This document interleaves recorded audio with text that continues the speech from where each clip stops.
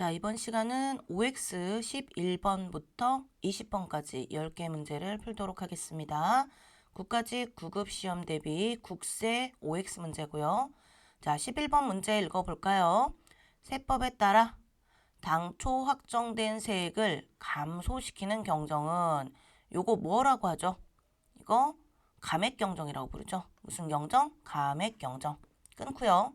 그 경정으로 감소되는 세액에 관한 끊고 국세기본법 또는 세법에서 규정하는 자 권리, 의무, 관계 자 끊고 자 영향을 미치지 아니한다.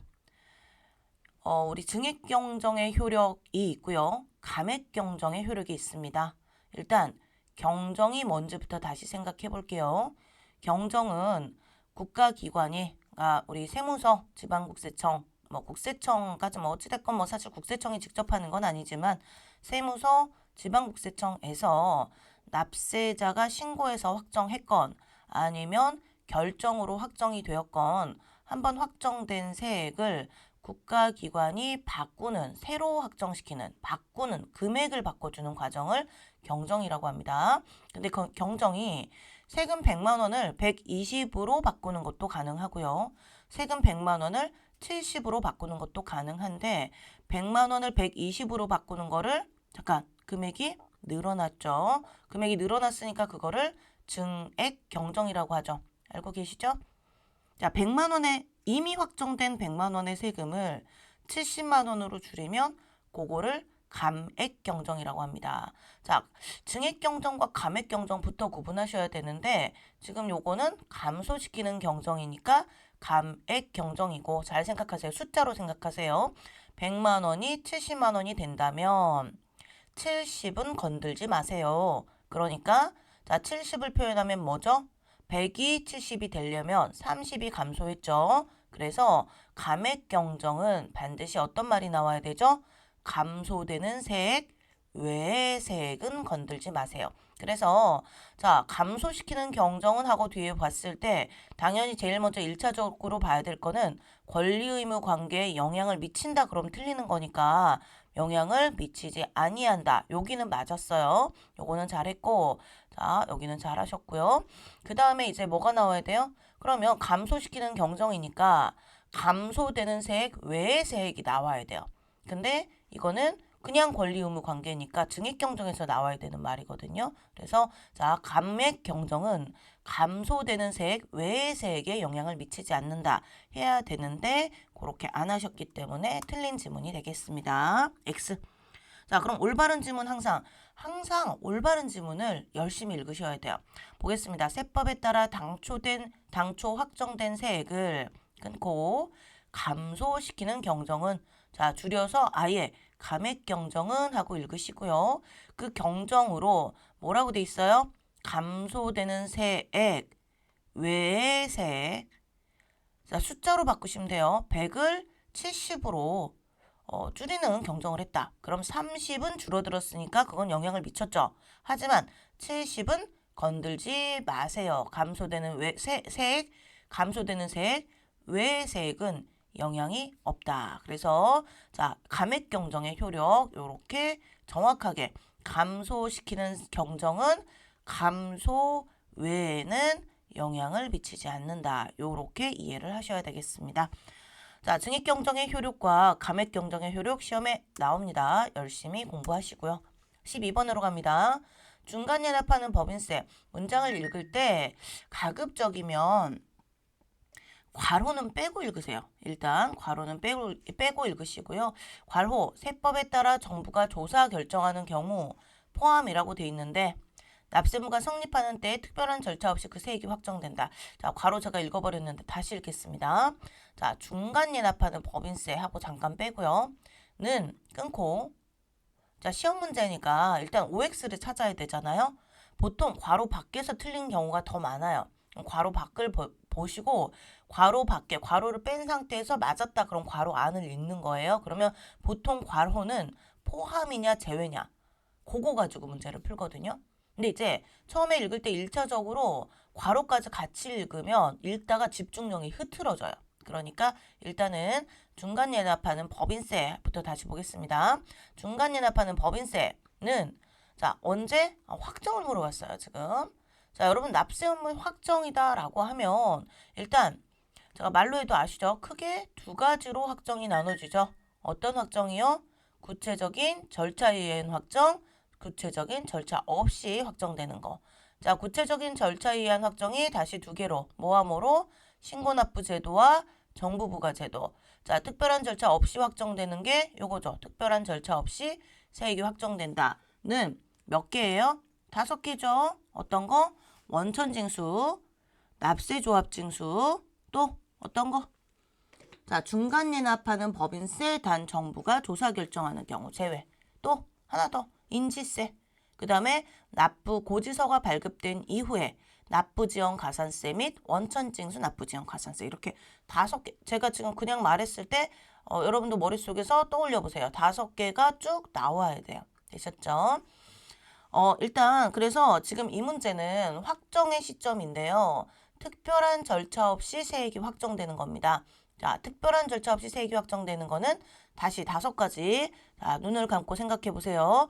특별한 절차 없이 세액이 확정되는 거 원천징수, 납세조합징수, 또 인지세, 또 중간연합하는 법인세, 단 정부가 결정하는 경우 제외. 하나 더. 납부 고지서가 발급된 이후에 납부지연 가산세 및 원천징수 납부지연 가산세. 그냥 퉁쳐서 납부불성실 해도 되는데 우리는 줄글로 이렇게 말로 나오는 문제니까 법 조문대로 정확하게 가급적이면 외워놓는 게 좋습니다. 자, 그러면 이제 읽어볼게요. 중간연합하는 법인세다. 중간연합하는 법인세 좀 전에 제가 읊었죠? 성립할 때 특별한 절차 없이 세액이 확정된다. 성립과 동시에 확정된다. 제대로 표현하면 성립할 때 특별한 절차, 신고서 제출이나 고지서 등등의 절차 없이 세액이 확정되는 거에 중간연합하는 법인세 들어가요. 그럼 이제 이 문장이 맞으니까 괄호 보셔야죠. 괄호. 세법에 따라 정부가 조사 결정. 여러분 조사 결정은요. 결정은 절차입니다. 결정 처분이라는 과세관청의 적극적인 절차죠. 그래서 정부가 조사 결정하는 경우가 제외인 거예요. 제외. 자, 제외입니다. 는 납세의무가 성립하는 때 특별. 자, 괄호를 빼고 봤더니 맞았어요. 중간연합하는 법인세는 성립과 동시에 특별한 절차 없이 확정. 그럼 다시 괄호로 들어가서 우리가 외우고 있어야죠. 조사 결정 제외. 포함이니까 틀렸다. 맞죠? 틀렸다. 옳은 지문. 중간연합하는 법인세는 역시 밑에 거부터 납세의무가 성립할 때 특별한 절차 없이 세액이 확정된다. 그러면 밖에가 맞았으면 괄호 안으로 들어가서 세법에 따라 정부가 조사 결정하는 경우 제외. 왜? 조사 결정은 절차니까. 되셨죠? 그렇게 이해하시면 됩니다. 자, 13번. 납부, 충당, 부가가 철회된 때 국세를 부과할 수 있는 기간에 국세가 부과되지 아니하고 기간이 끝난 때 및 징수권의 소멸시효가 완성된 때. 자, 일단 뒤에부터 읽어야 돼요. 여러분 영어 공부하실 때 사실 저는 영어 공부를 한 지 도대체 몇 년 지났는지 모르겠어요. 우리 아들 졸업하고 나면 성인 되고 나면 영어 공부해야지. 약간 진짜 재미있게 공부를 하면 좋을 것 같아요. 근데 여러분도 그렇고 저도 그렇고 사실 지금은 재미있게 공부하는 타임은 아니죠. 공부가 재미있으면 정말 대단하신 분이에요. 그 사람 자체가 정말 공부를 즐겁게 하시는 분 정말 좋습니다. 그거는. 근데 아무튼 그냥 그래요. 저도 수험생일 때 영어가 재밌지는 않았어요. 근데 이제 약간씩 좀 기억났던 게 지금은 선생님들 뭐라고 하시는지 모르겠지만 영어 문장을 봤을 때 제일 먼저 봐야 되는 게 뭐죠? 동사. 저는 이제 저를 가르쳐 주신 선생님들께서 동사부터 봐라. 이렇게 말씀을 하셨었던 것 같아요. 몇십 년 전 기억이라 맞는지는 모르겠다만. 자, 우리 세법은요. 수학 공부보다는 영어 공부에 가깝습니다. 가급적이면 동사부터 보셔야 돼요. 그래서 제가 주어도 괄호로 묶잖아요. 약간 진짜 영어 끊어서 읽기랑 비슷해요. 보시면 납세의무가 소멸한다.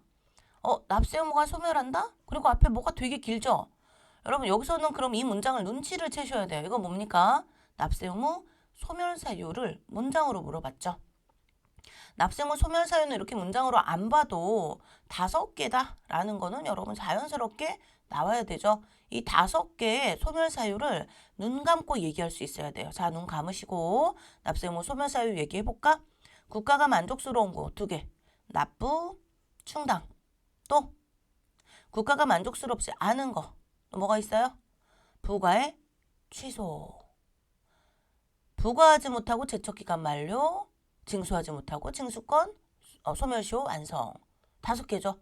눈 감고 다시 한번 해보셔야 됩니다. 자, 그러면 국가가 만족스러운 소멸사유 납부가 되었다. 충당이 되었다. 잘했어요. 잘 됐고요. 근데 요거 부가가 철회. 여러분 부가의 철회는요. 자, 부가의 철회는 고지서를 철회시키는 걸 얘기하는 거예요. 국세 부과를 한 거를 아예 없애는 게 아니고 부과의 취소가 없애는 겁니다. 그러니까 부과의 취소라는 말이 뭐냐면 실질과세 원칙에 의해서 사실상의 납세 의무자가 확인이 되었다. 그럼 명의자에 대한 부과를 철회한다 하지 않아요. 명의자에 대해서는 부과를 취소하고 그럼 그 명의자 세금은 없어지는 거예요. 과태료나 이런 거 혼나는 건 나중에 하고 세금 자체는 없어지는 거고 그리고 사실상의 귀속자에게 세금을 새로 부과하는 거죠. 그래서 이 철회는 고지서를 철회시키는 절차라서 이건 소멸사유가 아니고요. 부과의 취소가 소멸사유이다. 다시 부과의 철회는 소멸사유가 아니고 부과의 취소가 소멸사유이다. 자, 그다음 국세를 부과할 수 있는 기간에 부과되지 아니하고 그 기간이 뭐예요? 채척기간 만료. 맞죠? 그 다음에 국세 징수권에 징수하지 못하고 시효가 완성되었다. 그래서 요렇게 제척기간 만료, 요렇게 국세 징수권의 소멸시효 완성, 소멸시효 완성. 다시 한번 합니다. 납세무 소멸사유 눈 감으시고 뭐가 있다? 자, 국가가 만족스러운 거 2개. 국가가 만족스럽지 않은 거 3개. 요렇게 구분을 해볼게요. 국가가 만족스러운 거 납부, 충당. 눈 감으시고 저도 눈 감고 있어요, 지금. 자, 국가가 만족스럽지 않은 거 부과의 취소. 제척기간 만료. 근데 그 제척기간 만료는 전제가 원래 부과권을 행사하지 못한 상태에서 만료됐다 이거예요. 근데 그냥 외울 때는 부과의 취소, 제척기간 만료, 소멸시효 완성. 요렇게 하시면 되고 그래서 틀린 지문 뭐 때문에? 부과의 철회는 소멸사유가 아니고 부과의 취소가 소멸사유이다. 자, 그래서 옳은 지문 다시 하셔야죠. 납부 하나, 충당 2개, 부과의 취소 맞고요. 국세를 부과할 수 있는 기간에 국세가 부과되지 아니하고 끊고 너무 기니까 그 기간이 끝난 때 제척기간 만료, 국세징수권의 소멸시효 완성이 자 소멸시효가 아니고 납세의무 소멸사유이다. 자, 이 문제를 통해서 납세의무 소멸사유, 철회는 소멸사유 아니다. 취소는 소멸사유이다. 무한반복하셔야 돼요. 자, 열심히 읽으셔서 시험장에 갔을 때 철회 보자마자 뒤에 동사 철회했는데 소멸사유이다. 그럼 틀린 거죠. 자, 이 문제는 진짜 보자마자 1초 안에 맞추셔야 됩니다. 자, 14번은요. 자, 끝에 동사부터 볼게요. 소멸시효가 완성된다. 자, 소멸시효가 완성된대. 자, 문장에서 5억 원 어찌고저찌고가 나왔어요. 그러면 지금 여러분 소멸시효라는 게 국세기본법에서 나오면 문장이 2개입니다. 자, 소멸시효가 나오면 문장은 2개예요. 국가의 권리와 납세자의 권리. 국가의 권리는 국세징수권. 그럼 보세요. 뭔지. 지금 이 문제는 국세징수권이죠. 그래서 자, 가산세를 제외한 금액이 5억 원 이하인 경우 끊고 국세징수권은 끊고 이를 행사할 수 있는 때 언제? 기산일부터 5년 동안 행사하지 아니하면 소멸시효가 완성된다라고 되어 있습니다. 자, 소멸시효라는 소멸시효가 완성된다라는 서술어 쪽을 봤더니 문장이 분명히 국세기본법에서 국세징수권의 소멸시효냐 아니면 국세환급금과 국세환급가산금의 소멸시효가냐가 나올 건데 일단 이걸 왜 구분해야 되냐면 국세징수권의 소멸시효는 5년과 10년 2개고요. 국세환급금 및 국세환급가산금은 그냥 5년이에요. 다시 국세징수권의 소멸시효는 5년 또는 10년 상황에 따라 국세환급금 및 국세환급금의 환급 가산금의 소멸시효는 그냥 5년이에요. 10년짜리가 환급금은 없습니다. 그럼 얘는 징수권이라는 걸 그 다음에 파악하는 거죠. 징수권 파악했으니까 분명히 5년 아니면 10년. 그거가 OX 문제의 쟁점이 될 거예요.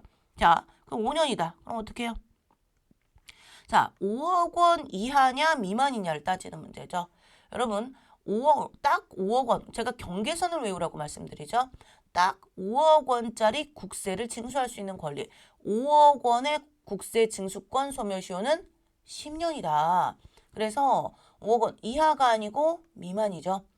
이거 경계선으로 외우라고 수업 시간에 그렇게 강조했는데 이게 이제 정규 커리큘럼을 제때 타셨다 그러면 7월 달에 국세기본법 세법개론을 들을 때는 강조해도 안 들려요. 초시생이라서. 만약에 특히 처음 들으신다 그러면 자, 시험 문제를 풀 때는 국세기본법 쉽다고 생각하고 또 열심히 안 하시죠.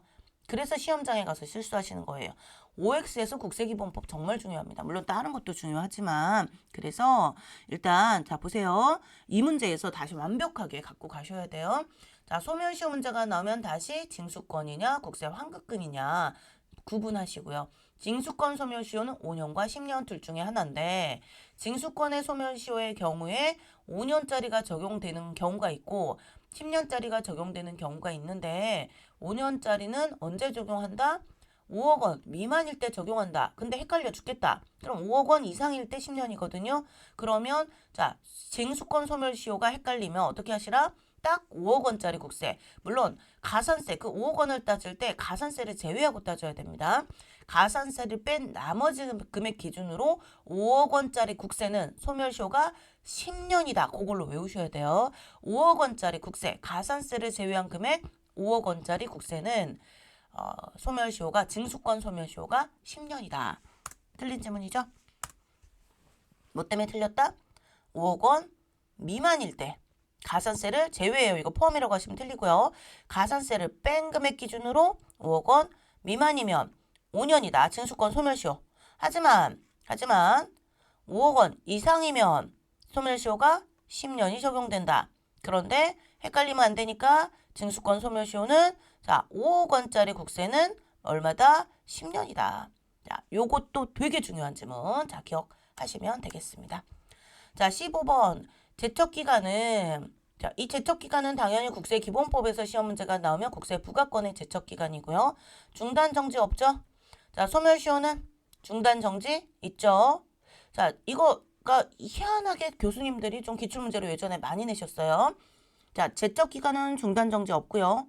소멸시효는 중단정지가 있다. 맞는 질문입니다. 그러면 이렇게만 하고 가지 마시고 자, 소멸시효 중단사유 몇 개? 개수 4개. 자, 소멸시효 정지사유 몇 개? 6개. 자, 중단사유 뭐죠? 국가의 채권자가 뭐예요? 소멸시효. 국세징수권의 채권자. 국가의 적극적인 행위 4개. 자, 말로 할게요. 자, 국세징수권 소멸시효 중단사유 저랑 해봅시다. 눈 감으시고 고지, 독촉, 압류, 교부청구. 단 여기서 주의하실 게 압류의 경우 제3자의 재산을 압류하였거나 압류금지 재산을 압류함으로써 국세징수법에 따라 압류가 즉시 해제된 경우에는 중단되지 아니한다. 정지, 사유 몇 개? 6개. 자, 유예 2개, 납 2개. 분납, 연부연납. 납 2개, 분납, 연부연납. 유예가 이제 기간 연장, 납부기간 연장이죠. 징수유예라는 개념이 뭐죠? 징수유예 또는 납부기한 연장, 납부고지의 유예. 또 그거 3개 묶어서 납부유예. 그 다음에 압류 매각의 유예. 그렇게 유예 2개, 납유예, 납 2개, 분납, 연부연납, 유예, 납부고지의 유예 세트로 묶어서 징수유예, 납부기한의 연장. 이렇게 하나, 압류 매각의 유예. 뭐 납부유예, 강제징수유예 이렇게 하시고 문장으로 읽으셔도 되고요. 또 하나, 체납자, 납세자 아니에요. 체납자가, 납세자와 체납자는 엄연하게 범위가 다릅니다. 체납자가 국외에 6개월 이상 체류 중인 경우. 또, 자, 국가가 납세자의 어떤 저당권 등 설정자 등을 상대로 사해행위 취소 청구 소송을 했다든가, 뭐 그런 경우. 애는 어떻게 한다? 원래 정지되지만 그 소송이 각하되거나 취하되거나 기각된 경우에는 납세자가 이긴 거니까 효력이 없다. 정지 효력이 없다. 그거 중단 정지 사유 모르시면 안 돼요. 눈 감고 했는데 잘 모르겠다. 그럼 지금 당장 세법 개론책이나 아니면 OX 문제집 우리 기출 문제집 펼쳐 놓으시고 중단 사유, 정지 사유 오늘 당장 외우고 넘어가셔야 됩니다. 자, 맞는 질문이고요. 자, 16번 증수권 소멸시효의 중단 사유는 설명해버렸네. 여기서 같이 외우시면 되죠. 왜? 교재 안 찾아볼까봐 여기다 넣어놨어요. 중단 사유 뭐예요? 고지, 독촉 몇 개? 4개. 교부 청구, 압류. 근데 뭐가 들어갔다? 연부연납 들어가면 안 돼요. 그쵸? 일단 개수가 5개니까 틀린 거예요. 그리고 납은 어디에 들어간다? 정지 사유. 여러분 중단이 뭐예요? 중단과 정지는 차이가 뭐죠? 자, 중단이 뭐예요? 끝낸 거예요. 그래서 새로의 시효가 기산되는 게 중단. 소멸시효가 중단되면 새로의 시효가 기산된다. 자, 건널목 정지. 소멸시효가 정지되면 건널목에서 신호 바뀌면 남은 거리만 가면 끝나죠. 그래서 자, 정지 사유는 남은 잔여 기간만 지나면 되니까 정지 기간 동안은 세트 진행되지 아니한다. 건널목 정지해야 되는데 운전하면 안 되잖아요. 진행되지 아니한다. 중단은 새로의 시효가 기산된다. 그 다음에 건널목 정지. 정지는 뭐예요? 정지는 진행되지 아니한다. 되셨죠? 그거 기억해 놓으시고요. 자, 그래서 틀린 질문. 올바른 질문은 고지. 자, 소멸시효. 증수권 소멸시효 중단 사유는 고지, 독촉, 교부 청구, 압류. 그런데 압류의 경우에는 어떻다? 제3자 재산을 압류하면 국세징수법에 의하여 지체 없이 압류 해제하여야 합니다. 그래서 압류 해제가 되었거나 이건 국가기관이 잘못한 거니까 중단되면 안 돼요. 소멸시효 중단되면 납세자한테 불리한 결과거든요. 그래서 그건 국가의 잘못을 납세자한테 뒤집어 씌우면 안 되니까 이거는 중단되지 아니하고 압류금지 재산을 압류하여 압류 해제가 되어 이거 오타다. 죄송합니다. 경우에는 소멸시효가 중단되지 않는다. 자, 요렇게 하시면 되겠습니다. 자, 16번 보시면서 중단 사유 암기하시고요. 자, 소멸시효 정지 사유 한번 다시 외워볼까요?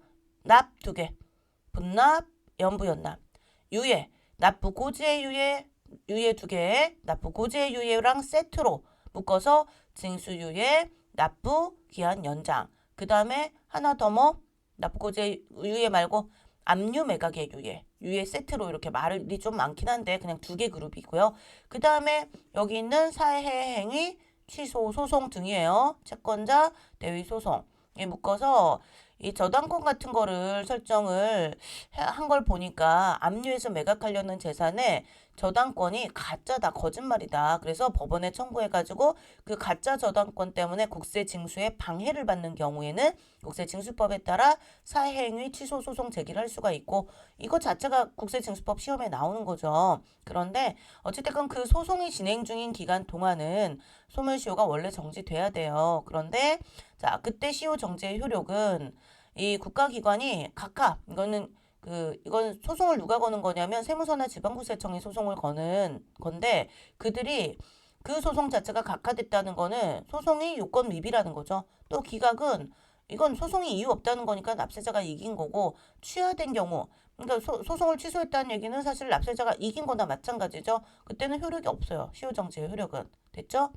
이거 지문으로 나오면 헷갈립니다. 문장이 길어서 잘 기억하시고 그래서 자, 사회행위 취소 소송에 자, 우리 사회행위 취소 소송 또는 채권자 대위 소송은 저당권 같은 것들로 압류 매각에 방해가 받는 경우 이게 이제 저당권이 가짜 저당권임을 입증하겠다는 거예요. 국가가 그런 경우에 그걸 입증하면 상관이 없는데 입증하면 정지가 되는데 시효 정지의 효력은 납세자한테 불리한 결과가 안 나온 경우 각하 기각 취하된 경우에는 시효가 효력이 없다는 게 무슨 얘기죠? 시효가 정지되지 아니한다. 되셨죠?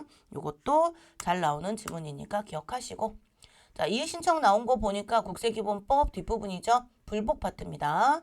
자, 이의신청 하시고요. 불복 파트가 아니구나. 죄송합니다. 뒤에 다른 것도 있네. 심사청구, 심판청구 3개 묶으면 뭐예요? 불복. 자, 뒤에 이의신청, 심사청구, 심판청구만 나오고 는 그랬으면 불복 문제예요. 근데 감사원법에 따른 심사청구, 괄호, 그 다음에 행정소송법에 따른 소송. 그럼 세 개가 나왔죠. 이의신청, 심사청구, 심판청구, 국세기본법에 따른 불복, 그거를 가름하여 할 수 있는 불복, 감사원 심사청구. 둘 중에 하나를 해야 뭘로 넘어가요? 행정소송으로 넘어가죠. 그 다음에 행정소송법에 따른 소송이 뭐예요? 이게 행정소송인 거예요. 그래서 이렇게 자 불복 세 개 덩어리, 감사원 이거 줄여서 감사원 심사청구, 그 다음에 행정소송법에 따른 소송, 이거를 뭐라고 하죠? 자, 네 글자 조세쟁송이라고 하고요. 조세쟁송에 대한 결정이나 판결에 의하여 끊고 명의대여 사실이 확인되었다. 자, 조세쟁송 과정에서 명의대여 사실이 확인되었다. 그럼 제척기간 특례인데요. 이건 어떻게 할 수 있냐면 문장으로 서술어가 경정이나 그 밖에 자 필요한 처분을 할 수 있다. 이게 제척기간에 대한 설명이에요. 필요한 처분을 할 수 있다. 근데 여러분 이거는 제척기간 특례 파트에 들어가는 거는요. 자 2개월이 나오려면 경정청구 조정공고만 들어가요. 나머지는 다 1년이거든요. 자 1년의 제척기간 특례가 적용되는 내용이었습니다. 근데 그거를 2개월이라고 했으니까 틀렸고 이거 기출에 여러 번 명의대여 이거 한 3번 정도 나온 질문이에요. 3번이면 되게 자주 나온 겁니다. 그래서 제척기간 문제다라고 했을 때는 쟁송이 들어가면 경정청구 조정권고가 아닌 경우에는 반드시 1년이라는 날짜가 들어가야 된다. 그래서 여기에 2개월을 1년으로 바꾸시면 돼요. 자, 다음 문제. 법인이 분할 또는 분할합병, 국세기본법에서 분할합병 나오면 아마도 연대납세의무예요. 근데 그럼 연대납세의무다 그러면 그러니까 문제를 읽을 때 알아차리시면 좋아요. 그럼 공부를 그냥 되는 건 아니에요. 공부를 많이 하시고 OX를 거의 통으로 그냥 듣기만 해도 OX가 나오게끔 그러니까 정답으로 OX를 찾으실 수 있게끔 연습하시면 되거든요.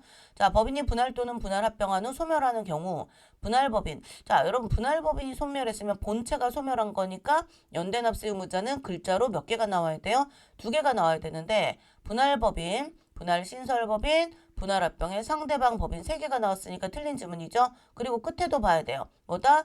연대납부 의무가 있다. 뒤에는 맞아요.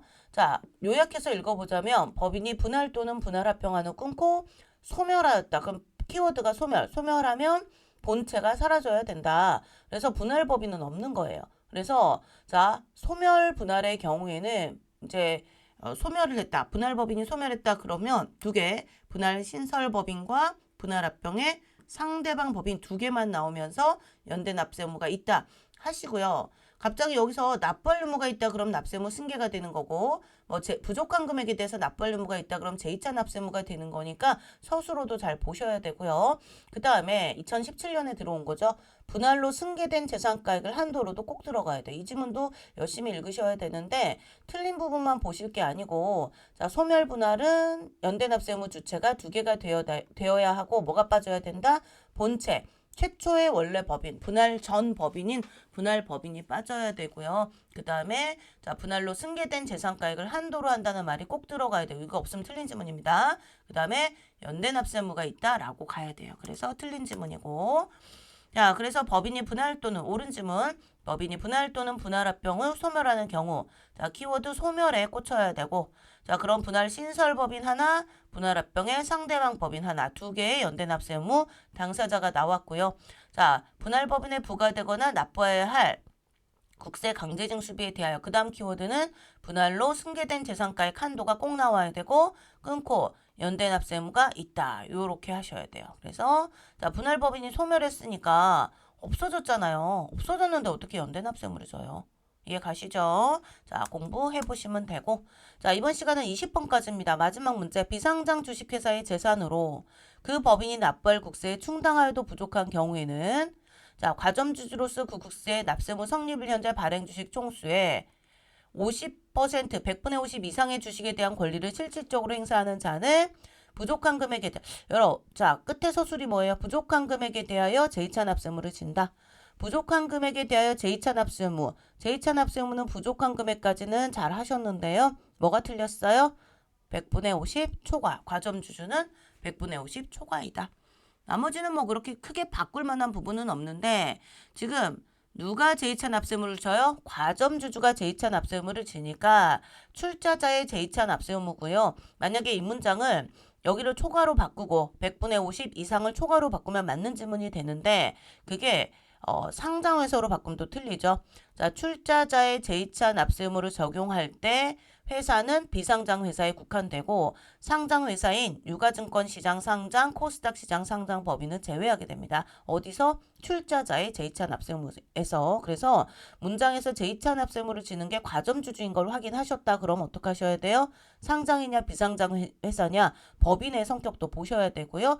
과점주주는 50% 이상이 아니고 50% 초과이고 제2차 납세의무는 전액이 나오면 안 돼요. 원래 얘가 보충적 납세의무이기 때문에 부족한 금액이라는 말이 꼭 나와야 됩니다. 이 문장은 현재로서는 과점주주 50% 초과여야 과점주주고 혼자 50% 초과가 아니고 특수관계인끼리 모두 합해야 되고요. 마지막 하나 중요한 포인트 출자자의 제2차 납세의무는 납세의무 성립일이다. 문장에서 바꿀 수 있는 게 굉장히 많은 지문이죠. 이 지문도 열심히 읽어보시고요. 제가 강조했던 부분들 기억하시면 시험장에서 올바른 OX를 도출하실 수 있을 겁니다. 자, 틀린 지문이었고 올바른 지문 마지막으로 읽을게요. 자, 비상장 주식회사의 재산으로 끊고 그 법인이 납부할 국세에 충당하여도 부족한 경우에는 끊고 과점주주로서 그 법인의 성립일 맞고 현재 발행 주식 총수 100분의 50 초과 맞고 과점주주 하는 주식에 대한 권리를 실질적으로 행사하는 자는 제2차 납세의무니까 부족한 금액 나와야 되고 끝에 제2차 납세의무 나와야 되고 자 정말 자주 나오는 지문이고 열심히 암기하셔서 문장 보자마자 틀린 부분 콕콕 집어내실 수 있게 열심히 공부하세요. 이번 시간은 11번부터 20번까지 풀어드렸고요. 다음 시간에 21번 같이 풀기로 해요. 복습 열심히 하셔야 됩니다. 수고하셨습니다.